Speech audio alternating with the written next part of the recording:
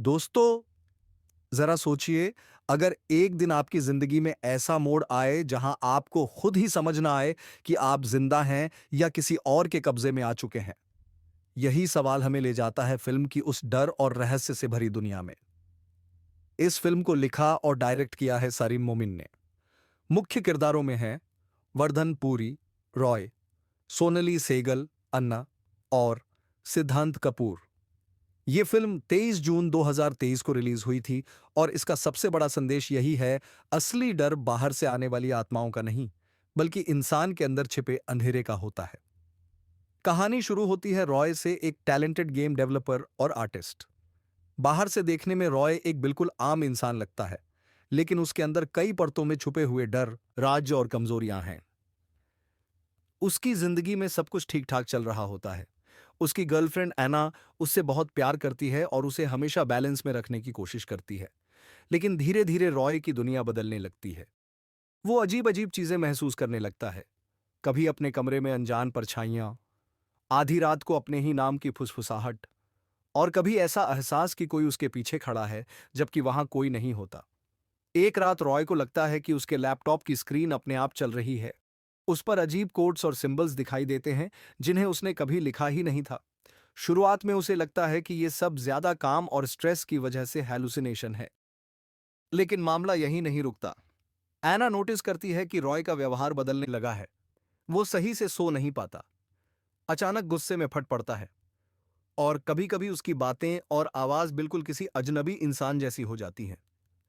यहीं पर कहानी में एंट्री होती है सिद्धांत कपूर के किरदार की, जो रॉय का पुराना दोस्त है। वो अन्ना को समझाता है कि शायद रॉय किसी डार्क एनर्जी के कब्जे में है। अन्ना शुरुआत में इसे मजाक या पागलपन समझती है, लेकिन जब घर में अजीब घटनाएं होने लगती हैं, अचानक लाइट्स का बंद हो जाना, फर्नीचर अपने आप हिलना और कभी कभी दीवारों पर खून जैसे धब्बे दिखना, तो ऐना भी मानने लगती है कि मामला कुछ और ही है। फिल्म का असली सस्पेंस यही है, क्या सच में कोई सुपरनैचुरल शक्ति रॉय को कंट्रोल कर रही है, या ये सब उसके दिमाग की उपज है। रॉय की हालत इतनी बिगड़ जाती है कि वो आईने में खुद को पहचान नहीं पाता। उसकी आंखें लाल और सुर्ख हो जाती हैं, आवाज बदलने लगती है, और कभी कभी वो ऐसे बातें करता है जैसे कोई अनजान आत्मा उसके अंदर से बोल रही हो। अना रॉय को बचाने के लिए एक ऑकल्ट एक्सपर्ट से मदद लेती है। वो बताता है रॉय की सबसे बड़ी कमजोरी उसका डर है। जब तक रॉय खुद अपने डर से नहीं लड़ेगा, तब तक कोई उसे बचा नहीं सकता। यहीं से फिल्म एक साइकोलॉजिकल हॉरर में बदल जाती है। रॉय को अपने सबसे गहरे राज और डरों का सामना करना पड़ता है।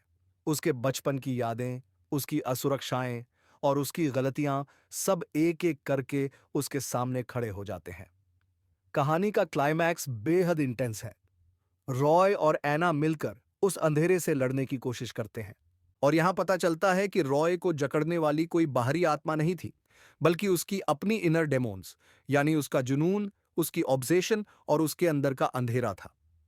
फिल्म का नाम ए सिक्की आसक भी यही दर्शाता है, जुनून या लगाव जो इंसान को इतना घेर लेता है कि वो खुद को खो देता है।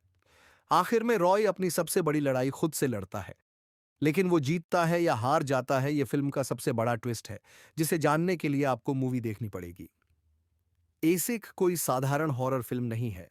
ये एक साइकोलॉजिकल सुपरनैचुरल थ्रिलर है, जो हमें ये सोचने पर मजबूर करती है कि असली डर भूत प्रेत में नहीं, बल्कि हमारे अपने मन में छुपा होता है। इसमें भले ही ज्यादा जंप स्कैर्स ना हो, लेकिन इसका डार्क एटमॉस्फेयर, सस्पेंस और गहराई आपकी धड़कनें तेज कर देता है। अगर आपको हॉलीवुड स्टाइल हॉरर थ्रिलर्स पसंद हैं, तो ये फिल्म जरूर देखने लायक है। वीडियो पसंद आया तो लाइक और सब्सक्राइब करें।